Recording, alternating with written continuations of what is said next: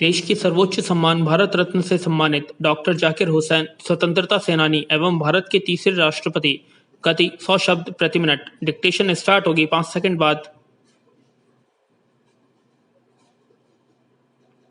Start. Doctor Zakir Hussain स्वतंत्रता सेनानी एवं भारत के तीसरे राष्ट्रपति थे, जिनका कार्यकाल 13 मई 1967 से 3 मई 1969 तक था। विराम। डॉक्टर जाकिर हुसैन का जन्म 8 फरवरी 1897 ईस्वी में हैदराबाद, तेलंगाना के धनाढ्य पठान परिवार में हुआ था।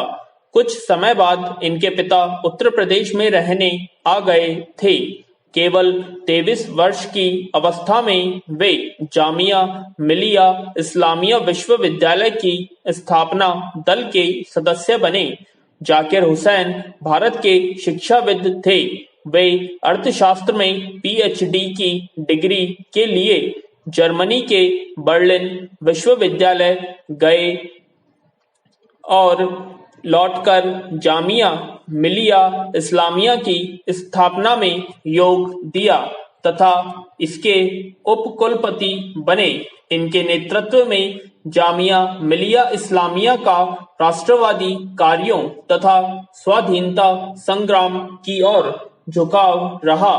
स्वतंत्रता प्राप्ति के पश्चात वे अलीगढ़ विश्वविद्यालय के उपकुलपति बने तथा उनकी अध्यक्षता में विश्वविद्यालय शिक्षा आयोग भी गठित किया गया। विराम। इसके अलावा वे भारतीय प्रेस आयोग, विश्वविद्यालय अनुदान आयोग, यूनेस्को, अंतर्राष्ट्रीय शिक्षा सेवा तथा केंद्रीय माध्यमिक शिक्षा बोर्ड से भी जुड़े रहे। विराम।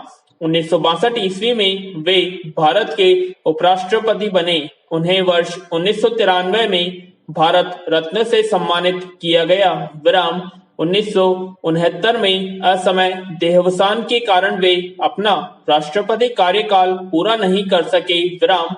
डॉक्टर जाकिर हुसैन भारत के आधुनिक शिक्षा के सबसे बड़े समर्थक में से एक थे और उन्होंने अपने नेतृत्व में जामिया मिलिया इस्लामिया के नाम से एक केंद्रीय विश्वविद्यालय के रूप में नई दिल्ली में स्थापित किया। विराम। डॉक्टर जाकिर हुसैन ने बिहार के राज्यपाल के रूप में भी सेवा की और इसके बाद वे देश के उपराष्ट्रपति रहे तथा बाद में वे भारत के तीसरे एवं प्रथम मुस्लिम राष्ट्रपति बने। विराम। डॉक्टर जाकिर हुसैन एक ऐसे मुस्लिम स्वतंत्रता सेनानी हैं जो राष्ट्रपति पद तक पहुंचने में सफल रहे। विराम।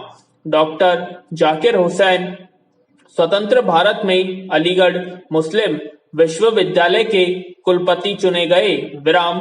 वाइस चांसलर के रूप में अपने कार्यकाल के दौरान डॉक्टर जाकिर हुसैन ने पाकिस्तान के रूप में एक अलग देश बनाने की मांग के समर्थन में इस संस्था के अंदर कार्यरत कई शिक्षकों को ऐसा करने से रोकने में सक्षम हुए हैं। डॉक्टर जाकिर हुसैन को वर्ष 1954 में पद्म विभूषण से सम्मानित किया गया। विराम।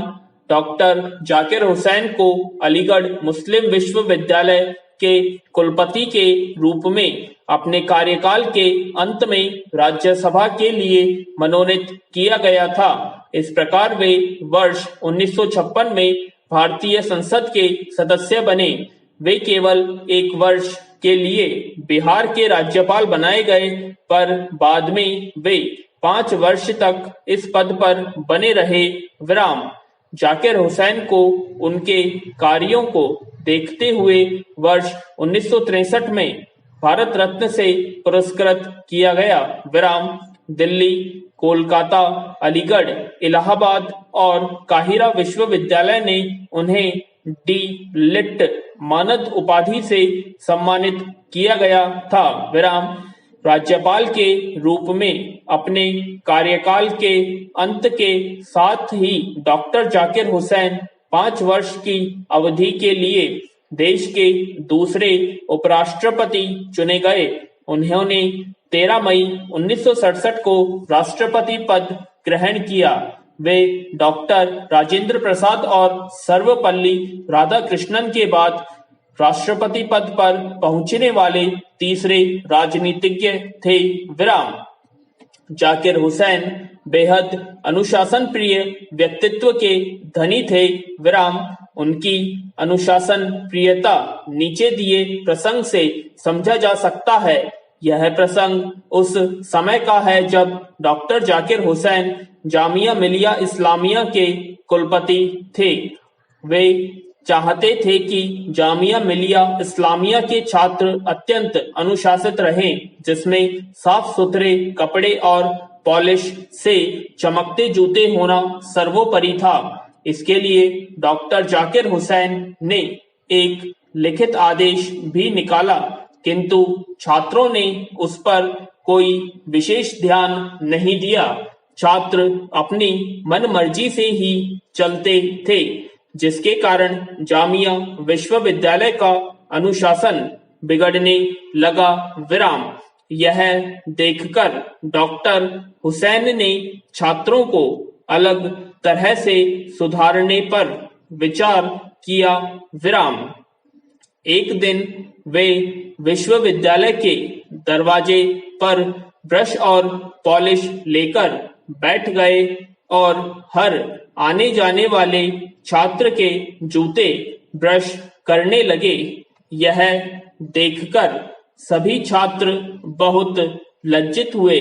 उन्होंने अपनी भूल मानते हुए डॉक्टर हुसैन से क्षमा मांगी और अगले दिन से सभी छात्र साफ सुथरे कपड़ों में और जूतों पर पॉलिश करके आने लगे। विराम। इस तरह विश्वविद्यालय में पुनः अनुशासन कायम हो गया। विराम।